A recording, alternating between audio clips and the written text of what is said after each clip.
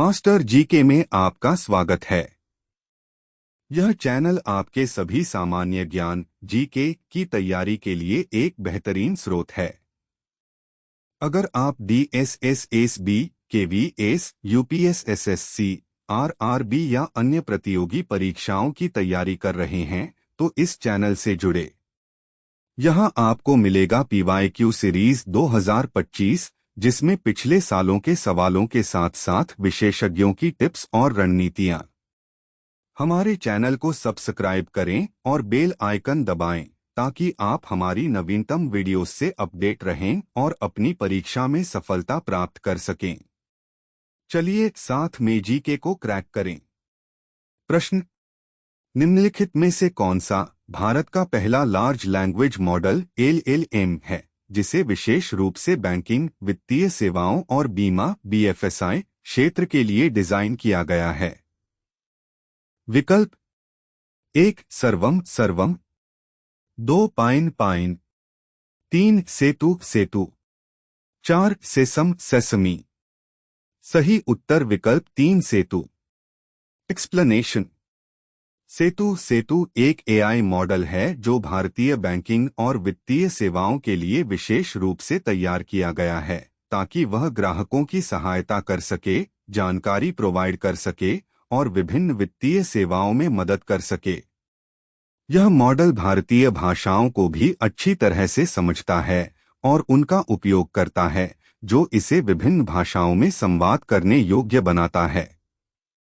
प्रश्न: फरवरी 2021 में supreme court ने निम्नलिखित में से किस निर्णय में यह फैसला सुनाया कि सिविल सेवा परीक्षा में लिखने में अक्षम व्यक्तियों को लेखक स्क्राइब दिया जाना चाहिए? विकल्प: 1 Vikas Kumar versus Union Public Service Commission, 2 UPSC versus Shiva Kumar, 3 Union Public Service Commission versus M. Sathiya Priya and ORS, 4 UPSC versus RK Jain. सही उत्तर विकल्प 1 Vikas Kumar versus Union Public Service Commission. Explanation: Supreme Court का निर्णय फरवरी 2021 उदास स्माइली। सुप्रीम कोर्ट ने फरवरी 2021 में विकास कुमार बनाम यूनियन पब्लिक सर्विस कमीशन मामले में यह फैसला सुनाया कि सिविल सेवा परीक्षा में उन व्यक्तियों को लेखक स्क्राइब दिया जाना चाहिए जो लिखने में अक्षम हैं। कोर्ट ने यह निर्णय दिया कि जब किसी व्यक्ति को लिखने में कठिनाई होती है तो उसे परीक्षा में समान अवसर प्राप्त करने के लिए एक लेखक स्क्राइब की मदद दी जानी चाहिए। प्रश्न: निम्नलिखित योजनाओं को उनके संबंधित राज्यों के साथ मिलाइए। सूची आय: A एनीमिया मुक्त लक्ष्य अभियान, B आमा योजना, C आसरा पेंशन। सूची 2: तेलंगाना, 2 सिक्किम, 3 ओडिशा। सही उत्तर डी। एक्सप्लेनेशन: A एनीमिया मुक्त लक्ष्य अभियान ओडिशा 3, B आमा योजना सिक्किम 2, C आसरा पेंशन तेलंगाना I। सवाल: पोषण का वह विशेष क्षेत्र जो बीमारी के दौरान पोषण से संबंधित है कहलाता है? विकल्प: 1 पोषण, 2 चिकित्सकीय पोषण, 3 विशेष पोषण, 4 थेरेपी। सही उत्तर 2 चिकित्सकीय पोषण। एक्सप्लेनेशन: चिकित्सकीय पोषण मेडिकल न्यूट्रिशन थेरेपी वह क्षेत्र है जो किसी व्यक्ति की बीमारी के दौरान पोषण से संबंधित है। जब कोई व्यक्ति किसी गंभीर बीमारी जैसे कि डायबिटीज, किडनी रोग, कैंसर आदि से पीड़ित होता है तो उसका पोषण उपचार एक महत्वपूर्ण भूमिका निभाता है। चिकित्सकीय पोषण का उद्देश्य रोगी के शारीरिक और मानसिक स्वास्थ्य को बढ़ाना, रोगों के इलाज को सहायता प्रदान करना और रोगी के शरीर के पोषण की स्थिति को सुधारना होता है। सवाल: हमारी हड्डियों को स्वस्थ रखने के लिए जिस विटामिन की आवश्यकता होती है वह है? विकल्प: vitamin C, vitamin A, vitamin D, vitamin B। सही उत्तर विकल्प 3 विटामिन डी। विस्तार से समझिए। विटामिन डी हड्डियों को स्वस्थ रखने के लिए आवश्यक एक महत्वपूर्ण पोषक तत्व है। यह कैल्शियम और फास्फोरस के अवशोषण में सहायता करता है, जो हड्डियों को मजबूत बनाने के लिए आवश्यक हैं। शरीर में विटामिन डी की कमी होने पर हड्डियां कमजोर हो सकती हैं और इससे विभिन्न हड्डी संबंधित समस्याएं जैसे रिकेट्स, बच्चों में हड्डियों का नरम होना, और ऑस्टियोपोरोसिस, बड़ों में हड्डियों का पतला होना हो सकती हैं। विटामिन डी का मुख्य स्रोत सूर्य की रोशनी है और यह कुछ खाद्य पदार्थों में भी पाया जाता है, जैसे मछली, अंडे और दूध। यह विटामिन शरीर में कैल्शियम और फास्फोरस को अवशोषित करने में मदद करता है, जो हड्डियों के निर्माण और मरम्मत के लिए आवश्यक हैं। सवाल: नगक्रेम त्योहार निम्नलिखित में से किस राज्य में मनाया जाता है? विकल्प: मेघालय, ओडिशा, महाराष्ट्र, मिजोरम। सही विकल्प 1 मेघालय।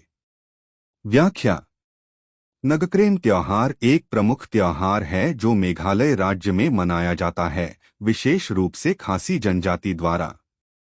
यह त्योहार भगवान से फसल की अच्छी पैदावार और समृद्धि के लिए आशीर्वाद प्राप्त करने के उद्देश्य से मनाया जाता है। नगक्रेम त्योहार में पारंपरिक नृत्य, संगीत, पूजा और भव्य भोज का आयोजन किया जाता है। यह त्योहार खासतौर पर मेघालय के खासी समुदाय में महत्वपूर्ण है।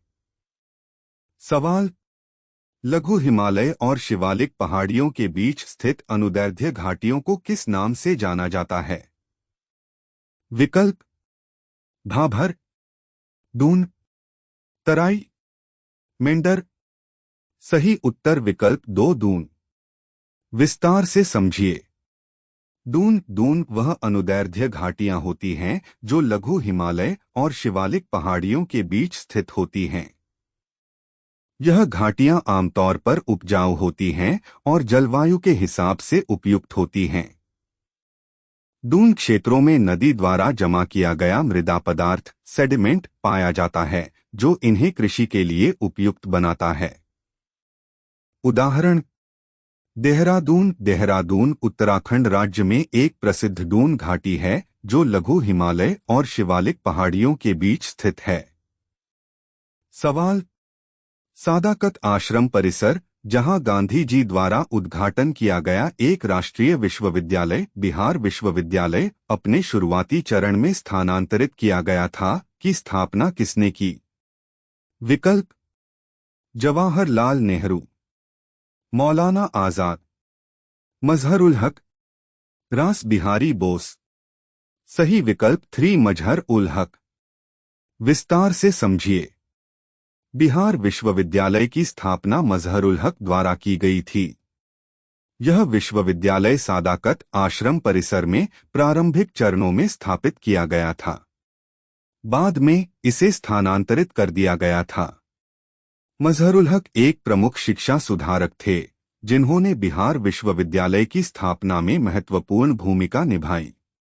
यह विश्वविद्यालय गांधी जी द्वारा उद्घाटन किया गया था। सवाल: निम्नलिखित में से कौन सा वन मुख्य रूप से गंगा और गोदावरी के डेल्टा में पाया जाता है? विकल्प: मैंग्रोव वन, पर्णपाती वन, शंकुधारी वन, समशीतोष्ण वन। सही विकल्प 1 मैंग्रोव वन। व्याख्या: मैंग्रोव वन समुद्री तटों पर, खासकर डेल्टा क्षेत्रों में पाए जाते हैं। गंगा और गोदावरी नदियों के डेल्टा में मैंग्रोव वन की उपस्थिति महत्वपूर्ण है। ये वनों का प्रकार खारे पानी के प्रभाव से अनुकूलित होता है और इनमें विशेष प्रकार के पेड़ होते हैं जो समुद्र के किनारे और नदियों के डेल्टा क्षेत्रों में पाए जाते हैं। इन पेड़ों की जड़ें पानी में रहती हैं और वे नमकीन पानी में जीवनयापन के लिए अनुकूल होते हैं। गंगा डेल्टा, जो सुंदरबन के नाम से भी प्रसिद्ध है, में मैंग्रोव वन का विशाल विस्तार है जो वन्यजीवों के लिए एक महत्वपूर्ण आवास प्रदान करता है। सवाल: किस संवैधानिक संशोधन अधिनियम ने केंद्र शासित प्रदेश दिल्ली को राष्ट्रीय राजधानी क्षेत्र एनसीटी दिल्ली बना दिया? विकल्प: प्रथम संवैधानिक संशोधन अधिनियम, 69वां संवैधानिक संशोधन अधिनियम, 63वां संवैधानिक संशोधन अधिनियम, 14वां संवैधानिक संशोधन अधिनियम। सही उत्तर विकल्प 2, 69वां संवैधानिक संशोधन अधिनियम। व्याख्या: भारत में दिल्ली को राष्ट्रीय राजधानी क्षेत्र एनसीटी बनाने के लिए 69वें संवैधानिक संशोधन अधिनियम को 1991 में लागू किया गया था। इससे पहले दिल्ली केंद्र शासित प्रदेश था, लेकिन इस संशोधन के बाद इसे राष्ट्रीय राजधानी क्षेत्र एनसीटी के रूप में स्थापित किया गया और दिल्ली को अपने विधानसभा और सरकार के संचालन का अधिकार दिया गया। 69वां संशोधन अधिनियम ने दिल्ली को एक विशेष राजनीतिक स्थिति प्रदान की, जो कि अन्य केंद्र शासित प्रदेशों से अलग है। इसके तहत दिल्ली में एक विधानसभा और मुख्यमंत्री की व्यवस्था की गई, हालांकि केंद्र सरकार दिल्ली के मामलों में विशेष शक्तियां रखती है। नेक्स्ट वीडियो के लिए लाइक, शेयर, सब्सक्राइब कीजिए। Thank you.